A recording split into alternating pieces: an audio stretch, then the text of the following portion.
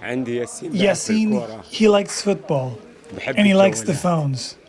Sitting in a refugee center in the West Bank, Ismail Abd el-Majid can't hold back his tears when speaking of his family. His wife and 5 children are in Gaza, which has faced relentless bombing over the last week. They're my life. Of course, they are all my life. Ismail should be there too. When war broke out, he was in Israel, one of the roughly 18,000 Gazans granted a permit to work there. I always wanted this permit because the situation in Gaza is very dire. The financial situation, the debt, the economy is zero.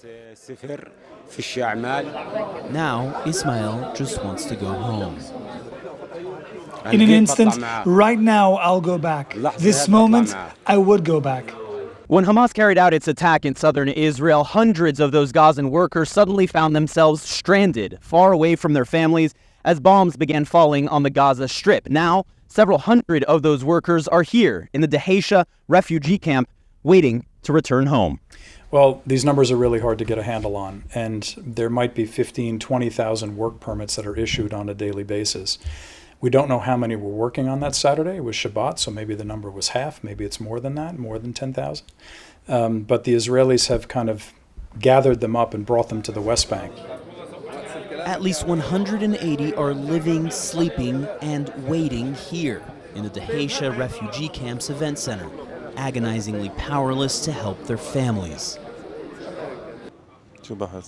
What do I feel? I feel like I can't sleep. I'm super worried about them. And all day I'm in contact with them. And until now I spoke to my boy. I told him to leave to go to another area. Take your mother and your siblings and go to another area. If I was there, I would be the one taking them from one place to another to protect them.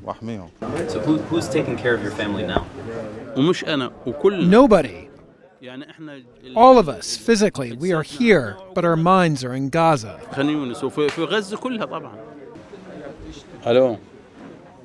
During our interview, Marwan's family tries to call him twice. The call got disconnected, he says, discouraged. There's no reception. Jeremy Diamond, CNN, Daheisha Refugee Camp.